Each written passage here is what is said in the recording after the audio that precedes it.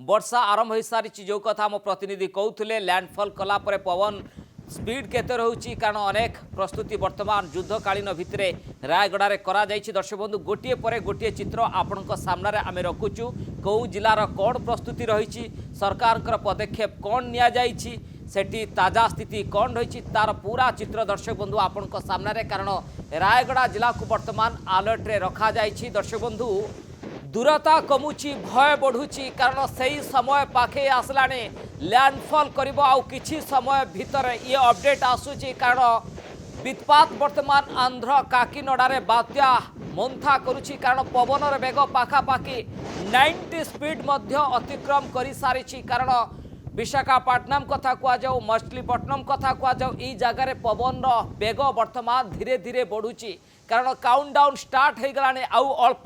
समय को अपेक्षा प्रशासनिक अधिकारी पूरा सजाग होती। दर्शक बंधु पुणी थे से चित्र आपण सामना को आने चाहिए हूँ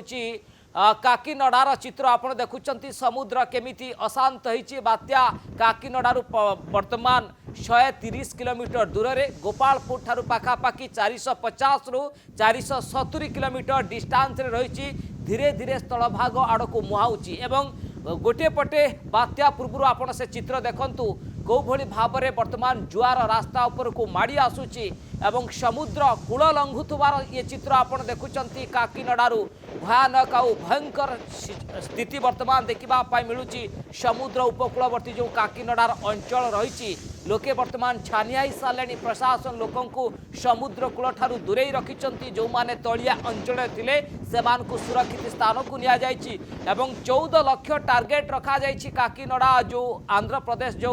तलवर्ती अंचल लोके रहिले 14 लाख को स्थानांतर करा जिवो सुरक्षित स्थान को वर्तमान निया जिवो कारण ये प्रक्रिया आउ घंटाए 1.5 घंटा भितर ये प्रकोप वर्तमान काकीनडारे आहुरी बढ़िबो। आपण देखुछथि जुआर पानी केमती रास्ता रे वर्तमान रहउची कूल लंघुची वर्तमान समुद्र